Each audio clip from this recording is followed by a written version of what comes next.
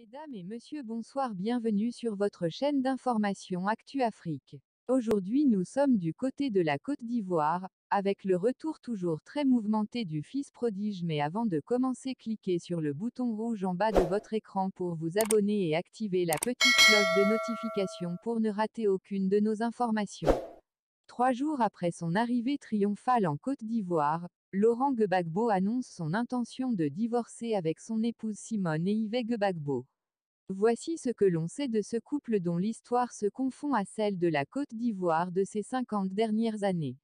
Marié en janvier 1989, le couple s'est rencontré en 1973 durant la période de clandestinité au sein de la gauche ivoirienne.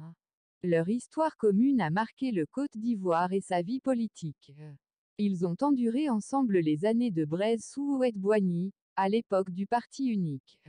Ils ont également été dans l'opposition ensemble sous Zenraïl Konan Bédié et ont accédé au pouvoir en 2000 après des décennies de lutte, lui comme président, et elle comme première dame.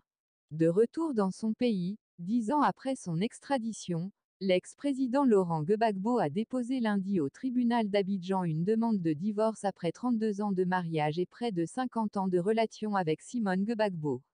Le communiqué signé de son avocat Claude Maintenon donne la raison de ce recours en justice en ces termes: c'est en raison du refus réitéré depuis des années de Dame Simone Eive de consentir à une séparation amiable que Laurent Gbagbo s'est résolu à saisir ce jour le juge des affaires matrimoniales du tribunal de première instance d'Abidjan d'une demande de divorce. L'avocat ajoute qu'une séparation là amiable aurait pourtant représenté la voie de règlement appropriée à leur statut personnel et politique réciproque. Il est par ailleurs indiqué dans le communiqué de Maître Maintenon qu'il ne sera fait aucun commentaire de cette annonce. C'est donc silence radio de la part de Laurent Gbagbo. Pour le moment, Simone Gbagbo n'a pas encore réagi à cette annonce de son mari.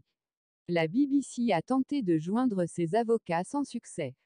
C'est déjà la fin de ce petit flash d'information. Donnez-nous vos impressions dans les commentaires et si le contenu vous a intéressé, partagez-le, et abonnez-vous pour ne rater aucune de nos prochaines vidéos.